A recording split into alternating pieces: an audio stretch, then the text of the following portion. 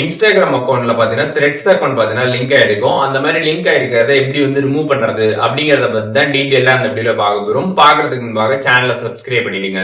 வீடியோக்குள்ள போலாம்.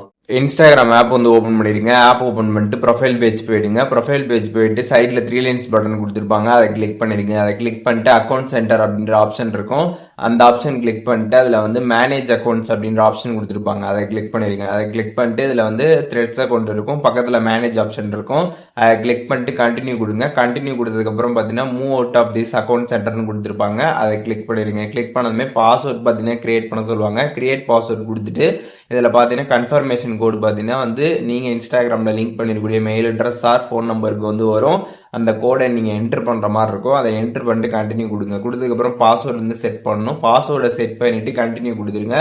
கொடுத்ததுக்கப்புறம் பார்த்தீங்கன்னா எஸ் ஃபினிஷிங் மூவிங் அப்படின்ற ஒரு ஆப்ஷன் இருக்கும், அதை நீங்கள் கிளிக் பண்ணதுமே பார்த்தீங்கன்னா உங்களோட இன்ஸ்டாகிராம்லேருந்து பார்த்தீங்கன்னா உங்களோட த்ரெட்ஸ் அக்கௌண்ட் பார்த்தீங்கன்னா வந்து ரிமூவ் வந்து ஆகிடும். அந்த அக்கௌண்ட் சென்டர்லேருந்து த்ரெட்ஸ் பார்த்தீங்கன்னா வந்து ரிமூவ் ஆகிடும்.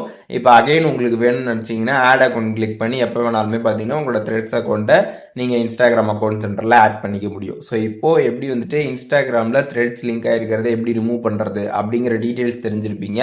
இதில் எதுவும் டவுட் இருந்துச்சு அப்படின்னா கமெண்ட்ஸில் மென்ஷன் பண்ணுங்கள், நான் எல்லாருக்குமே ரிப்ளை பண்ணுறேன்.